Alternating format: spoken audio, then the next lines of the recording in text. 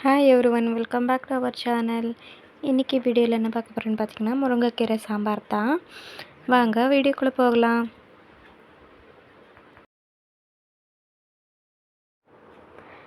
இந்த முருங்கைக்கீரை எடுத்துக்கிறதுனால பார்த்திங்கன்னா ஹீமோகுளோபின் அதிகரிக்கும். அதுவும் இல்லாட்டி இரும்பு சத்து, நார் சத்து எல்லாம் உடம்புக்கு கிடைக்கும். ரத்த கொதிப்பு கடுமை பண்ணும். அதனால் பார்த்திங்கன்னா இந்த முருங்கைக்கீரையை மந்த்லி ஒரு டைம்ஸ் ஆச்சு சாப்பாட்டில் சேர்த்துக்கலாம், இல்லை வீக்லி ஒரு டைம் ஆச்சும் சேர்த்துக்கினா ரொம்ப நல்லது.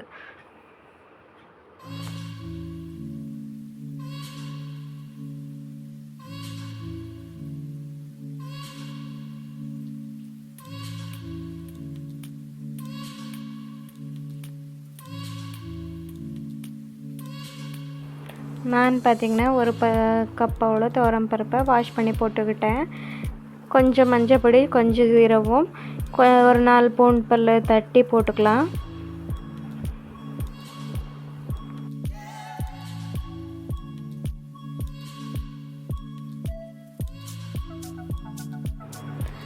ஒரு கைப்பிடி அளவு கொத்தமல்லி தழை எடுத்துக்கிட்டு வாஷ் பண்ணி போட்டுக்கலாம். கட் பண்ணி 2 தக்காளியை பொடியாக நறுக்கி போட்டுக்கிட்டேன். அப்புறம் பார்த்திங்கன்னா ஒரு வெங்காயம் பொடியாக நறுக்கி போட்டுக்கிட்டேன். 4 பச்சை மிளகா அப்படியே முறித்து போட்டுக்கலாம் பருப்பில்.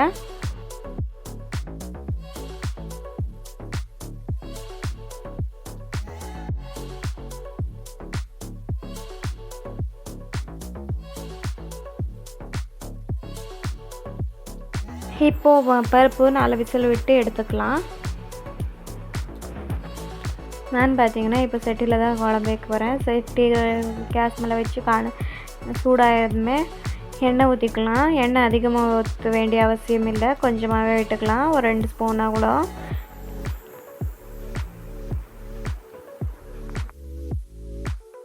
இப்போ பார்த்திங்கன்னா எண்ணெய் காஞ்சிடுச்சு. 1/2 ஸ்பூன் கடுகு, 1 ஸ்பூன் ஜீரகம் போட்டு கொஞ்சம் பொரிக்க விடலாம்.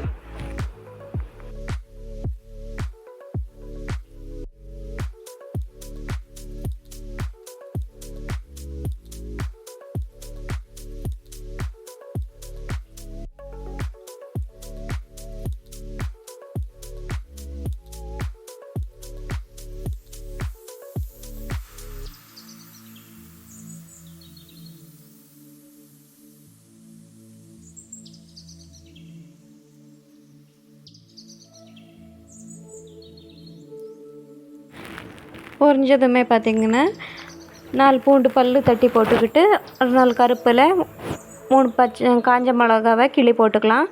1/2 வெங்காயத்தை கட் பண்ணி போட்டுக்கலாம், ஃப்ரை பண்ணிக்கலாம் இதெல்லாம் சேர்த்து.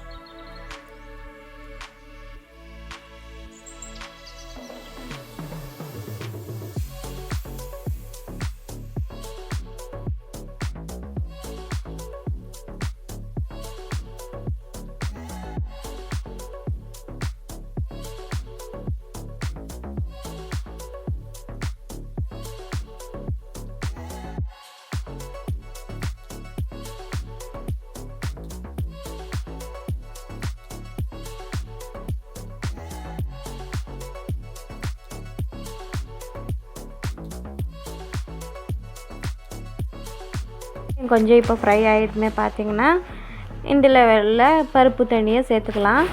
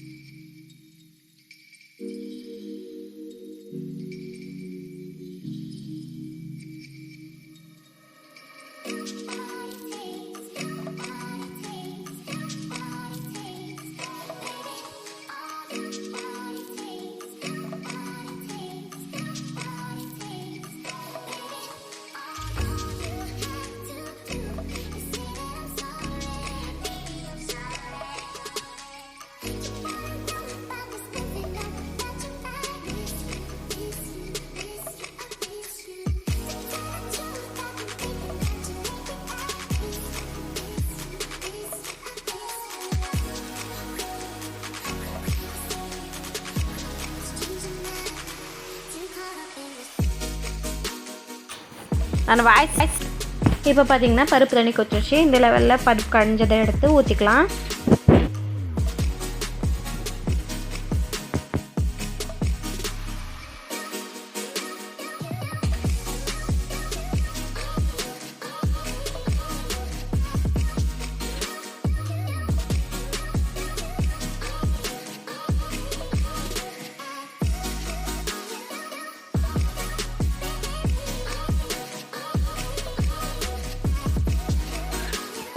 இப்போ கொஞ்சம் புளி நனைச்சி வச்சுருந்தேன். அந்த புளிக்கு பார்த்திங்கன்னா கரைச்சி ஊற்றிக்கலாம்.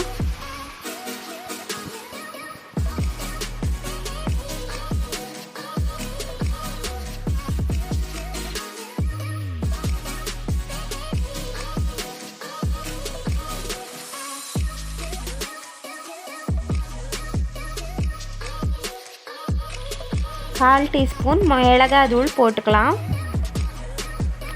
இப்போ கொதிக்க விடலாம்.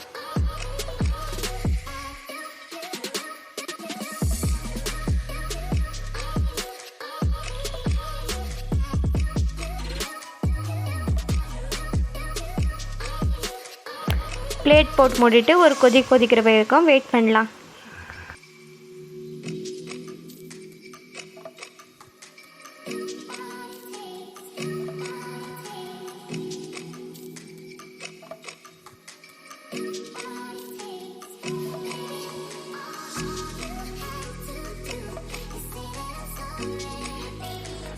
இப்போ பார்த்திங்கன்னா கொதிச்சுட்டு இருக்கா இல்லையா, இந்த டைமில் 2 பிடி எவ்வளோ முருங்கைக்கீரையை சேர்த்துக்கலாம். முருங்கைக்கீரை பார்த்திங்கன்னா வாஷ் பண்ணக்கூடாது, அப்படியே சேர்த்துக்கணும்.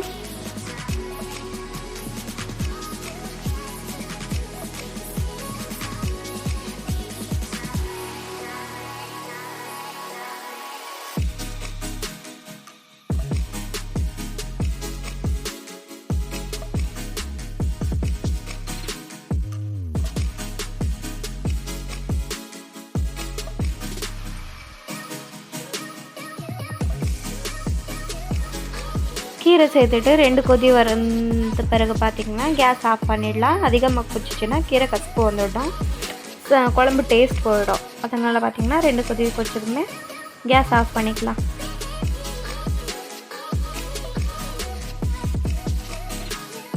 இப்போ பார்த்திங்கன்னா வீடியோவோட எண்டுக்கு வந்துட்டோம். இவ்வளோ நேரமாக என்னோட வீடியோ பார்த்து எல்லாருக்கும் ரொம்ப நன்றி. இந்த வீடியோ பிடிச்சிருந்தால் லைக் பண்ணிவிட்டு உங்கள் ஃப்ரெண்ட்ஸ் எல்லாருக்கும் ஷேர் பண்ணுங்கள். மறக்காமல் நம்ம சேனலை சப்ஸ்கிரைப் பண்ணி வச்சுக்கோங்க. ஒரு தடவை இந்த சாம்பார் உங்கள் வீட்டில் ட்ரை பண்ணிவிட்டு கமெண்ட் பண்ணுங்கள். தேங்க்ஸ் ஃபார் வாட்சிங். பாய்.